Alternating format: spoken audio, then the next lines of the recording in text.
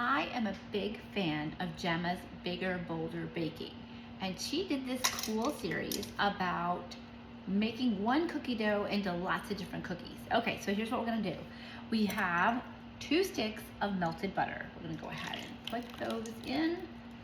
And then to that, we're gonna add our sugars. So I scaled everything out. White sugar, brown sugar, 2 teaspoons of vanilla.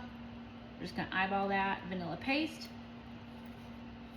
I'm gonna stir that together. Whoopsies. I'm gonna stir that all together. And once that butter and that sugar is all incorporated, we're gonna add our eggs. So 2 eggs. This comes together super quick. So if you need cookies in a hurry, this is the way to go.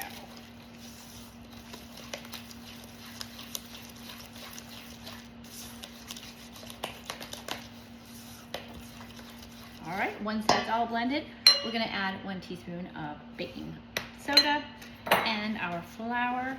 I will leave all the measurements below, and we're just gonna keep stirring until it comes all together.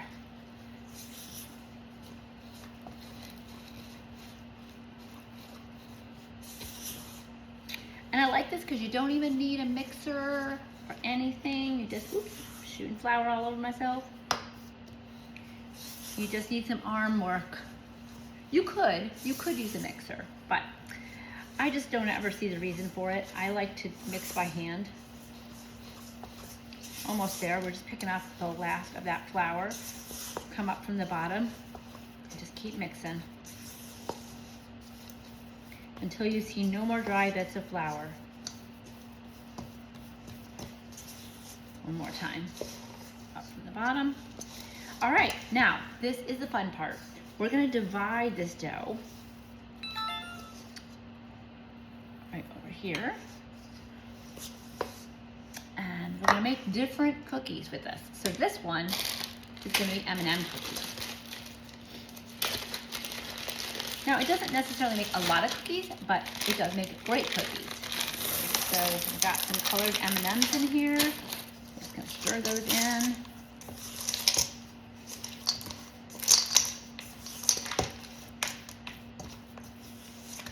Perfect, so now we have our M&M cookie batter. And now we'll swap it out.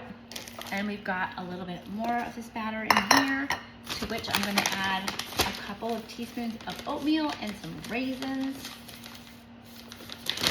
And it's crazy how this works. So I've got some rolled oats. Add 1 tablespoon of rolled oats and some raisins. I buy these little boxes because I don't use them very often and I want to keep them as fresh as possible. Stab my toes. Not good. We're going to put all those raisins in there. We'll use our, I'm going to mix that all in there nicely. And we'll let that set up so the oatmeal can soften. And just like that, we have our oatmeal raisin. Wipe all that off of there. And I'm gonna get another bowl.